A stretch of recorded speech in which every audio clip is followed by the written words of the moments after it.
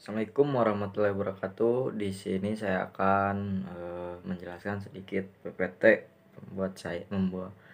dari saya, yaitu manajemen sistem informasi. Perkenalkan, nama saya Rejka Ejkana Ilham, NPM 192191175, kelas 2 Penjas. Di sini apa itu manajemen? Manajemen merupakan sebuah seni mengarah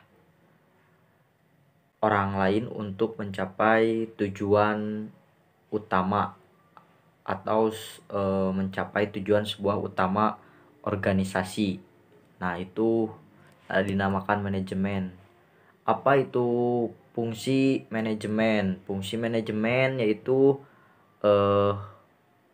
planning, perencanaan, organizing atau pengorganisasian. Jadi sebelum melakukan manajemen harus ada organisasian, directing, pengarahan, controlling, dan pengawasan. Itu controlling.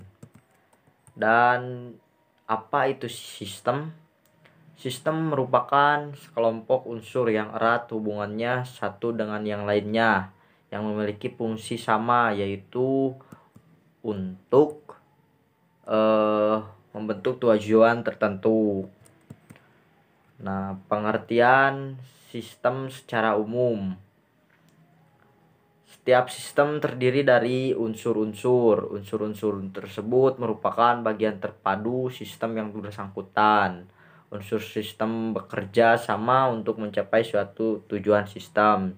Suatu sistem merupakan bagian dari sistem yang lain. Pengertian informasi secara umum. Informasi dapat didefinisikan sebagai hasil dari pengelolaan data dalam suatu bentuk yang lebih berguna dan lebih berarti bagi penerimanya, yang menggambarkan suatu kejadian-kejadian yang nyata yang digunakan untuk menampilkan keputusan. Nah, ini secara etimologi. Informasi merupakan kata atau istilah yang berasal dari information, atau bahasa Prancisnya Prancis kuno tahun 138-7. Sedangkan dalam bahasa Latin, informasi berasal dari kata information yang mempunyai arti sebagai konsep vide atau garis besar. Dari kedua pengertian tersebut dapat disimpulkan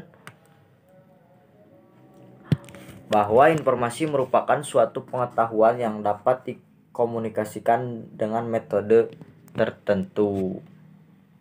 Oke. Nah, di sini selain itu saya membahas dua materi, yaitu yang kedua ruang lingkup pendidikan. Nah, apa itu pengertian pendidikan? Pendidikan adalah usaha sadar yang terencana agar bisa mewujudkannya suasana belajar menjadi aktif dan proses belajar menjadi lebih menarik, dan bisa mengembangkan potensi dirinya untuk memiliki kekuatan dalam keagamaan yang bisa mengendalikan diri baik untuk kepribadian, kecerdasan, akhlak mulia, dan juga keterampilan yang diperlukan dirinya di lingkungan masyarakat, bangsa, dan negara. Ruang lingkup pendidikan. Pendidikan memiliki ruang lingkup yang luas, yaitu yang terlibat dalam ruang lingkup pendidikan yaitu satu, siswa atau anak didik, pendidik, tujuan pendidikan, materi pendidikan, metode pendidikan, evaluasi pendidikan, alat pendidikan, dan lingkungan sekitar. Nah, tujuan ilmu pendidikan itu merupakan suatu usaha kegiatan yang berproses melalui tahap-tahap dan tingkat-tingkatan. Tujuannya bertahap dan bertingkat. Umumnya seperti kita dari kecil hingga besar, ya, seperti itu.